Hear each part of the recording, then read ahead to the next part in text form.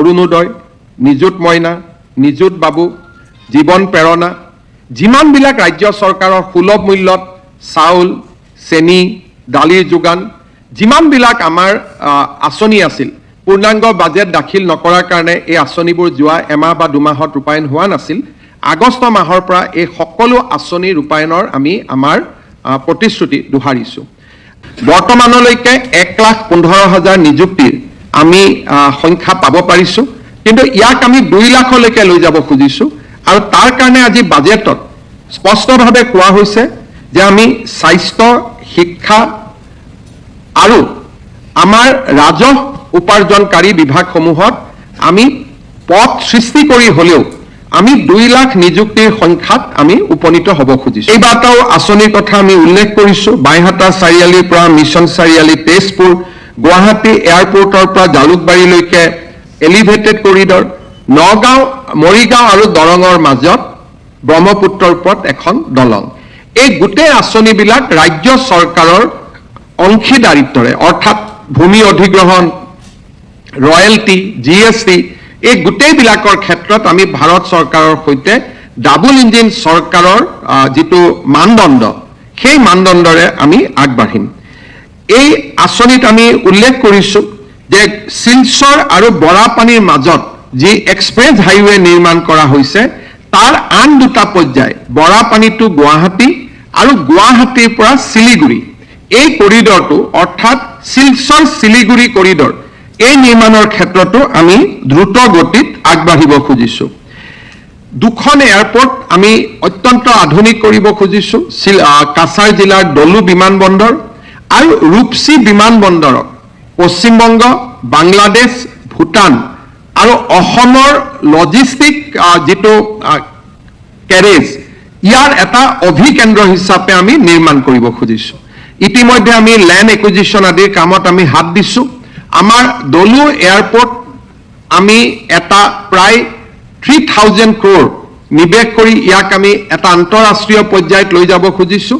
আৰু ৰূপসী বিমানবন্দৰ, য'ত এতিয়া নেকি সৰু প্লেনহে নামিব পাৰে, তাক আমি এয়াৰবাছ নামিব পৰা আৰু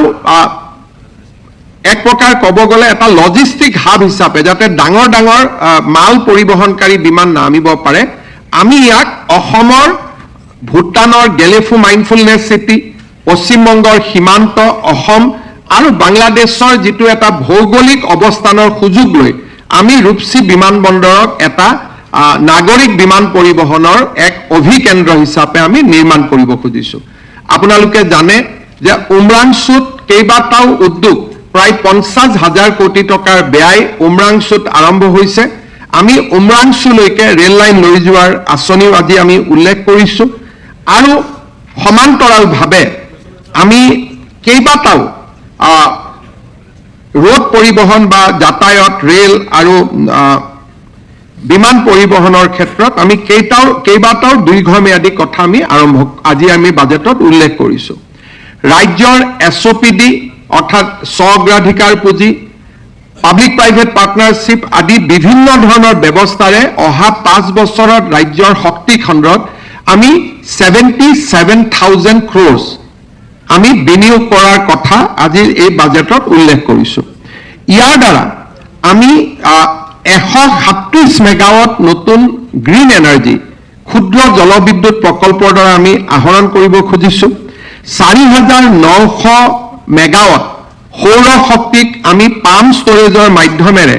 পিক আৱাৰ্ছৰ বাবে আমি সংৰক্ষণ কৰিব খুজিছোঁ। আৰু সৌৰ শক্তিৰ লগতে বেটাৰী ষ্টৰেজ, তাৰ জৰিয়তে আমি সৌৰ শক্তিক সন্ধিয়া ব্যৱহাৰ কৰিব পৰাকৈ উপযুক্ত কৰি নিৰ্মাণ কৰাকে আদি কৰি আমি ৰাজ্যৰ শক্তি খণ্ডত 77,000 crores আমি বিনিয়োগৰ কথা বাজেটত কৈছোঁ। আৰু এই প্ৰায়বোৰ বিনিয়োগ ইতিমধ্যে আমি বহুদূৰ আগুৱাই গৈছোঁ। এনেকুৱা নহয় যে ই এটা প্ৰস্তাৱত আছোঁ, আমি বহুদূৰ ইয়াক আমি ইতিমধ্যে আগুৱাই গৈছোঁ। আজিৰ বাজেটত আমি গুৱাহাটীৰ নতুন ছেটেলাইট চিটিখনৰ বিষয়ে উল্লেখ কৰিছোঁ। 7,200 বিঘা মাটিত নতুন ছেটেলাইট চিটি নিৰ্মাণৰ প্ৰস্তাৱ কৰা হৈছে। আপোনালোকে নিশ্চয় বুজি পাব যে উত্তৰ প্ৰদেশৰ বিকাশ নয়ডা নহ'লেও কেতিয়াও এই ধৰণে বিকাশ সম্ভৱ নহ'লহেঁতেন। কলিকতাত নিউ টাউন নহ'লে কলিকতা এতিয়ালৈকে চক হৈ গ'লহেঁতেন। আৰু হাৰিয়ানাত গুৰগাঁও নাথাকিলে হাৰিয়ানাৰ কেতিয়াও বিকাশ সম্ভৱ নহলহেঁতেন আজি আমি বাজেটত স্পষ্টভাৱে উল্লেখ কৰিছোঁ যে satellite city will be 100% government projects ইয়াতে বেলেগ কাৰো অংশীদাৰিত্ব নাথাকিব আৰু গুৱাহাটী বিমানবন্দৰক কেন্দ্ৰ কৰি আমি তাৰ চাৰিওফালে ৭,২০০ বিঘা মাটিৰে আমি এটা স্যাটেলাইট সিটি নিৰ্মাণৰ প্ৰস্তাৱ আমি এই বাজেটত আগবঢ়াইছোঁ আৰু ইতিমধ্যে ল্যান্ড একুইজিশনৰ কাৰণে আৰু প্ৰায় ২১০০ কোটি টকা আমি ইয়াতে ধাৰ্য কৰিছোঁ but total cost of land acquisition will be 6,000 crores কিন্তু এবছৰতে সম্ভৱ নহয় এটা আমি 2 বছৰৰ পৰিকল্পনা লৈছোঁ 6,000 কোটি টকা ব্যয় কৰি আমি গুৱাহাটীত স্যাটেলাইট সিটিৰ বাবে আমি মাটি একুৱায়াৰ কৰিম আৰু তাত আমি এটা গ্ৰোথ ইঞ্জিন হিচাপে আমি স্যাটেলাইট সিটি এখন গুৱাহাটীত নিৰ্মাণ কৰাৰ প্ৰস্তাৱ দিছোঁ যোনে অসমৰ বিকাশত এক অগ্ৰণী ভূমিকা গ্ৰহণ কৰিব প্ৰথমবাৰৰ বাবে কৃষি আৰু জলসিঞ্চনক একত্ৰিতভাৱে চোৱাৰ কথা এই বাজেটত উল্লেখ কৰা হৈছে আমি পৰম্পৰাগত জলবিদ্যুৎ আমি ইৰিগেশ্যন প্ৰজেক্টৰ বিপৰীতে কম্প্ৰেছ পাইপৰ জৰিয়তে অৰ্থাৎ ভূটানৰ পাদদেশৰ পৰা অৰুণাচলৰ পাদদেশৰ পৰা লম্বা পানীৰ পাইপেৰে যিটোৱে নেকি শ কিলোমিটাৰ পানীৰ পাইপ যেনেকৈ আমি বহাওঁ তেনেকৈ ইৰিগেশ্যন পাইপ নিৰ্মাণ কৰি আমি পানী কৃষকলৈকে লৈ যোৱাৰ কথা কৈছোঁ এণ্ড নেক্সট 5 years আমি জলসিঞ্চনৰ কাৰণে থ্ৰু কম্প্ৰেছড পাইপ আমি 4,000 কোটি টকা ব্যয়ৰ কথা কৈছোঁ আৰু আমি ইয়াত উল্লেখ কৰিছোঁ যে অসমৰ কেইবাখনো নদীত 365 দিন পানী থাকে ভূটানত পানী থাকে অৰুণাচলত পানী থাকে এই জল সম্পদক আমি অসমৰ কৃষিৰ কাৰণে ব্যৱহাৰ কৰাৰ কথা কৈছোঁ বাজেটত আমি এটা উল্লেখযোগ্য কথা কৈছোঁ যে অসমত বহুত অৰ্গেনিক কাল্টিভেশ্যন হয় কিন্তু অৰ্গেনিক কাল্টিভেশ্যনক আমি বাহিৰত লৈ যাব নোৱাৰোঁ বিকজ আমাৰ অৰ্গেনিক চাৰ্টিফিকেশ্যন নাই এইবাৰ আমি প্ৰায় 15,000 হেক্টৰ মাটি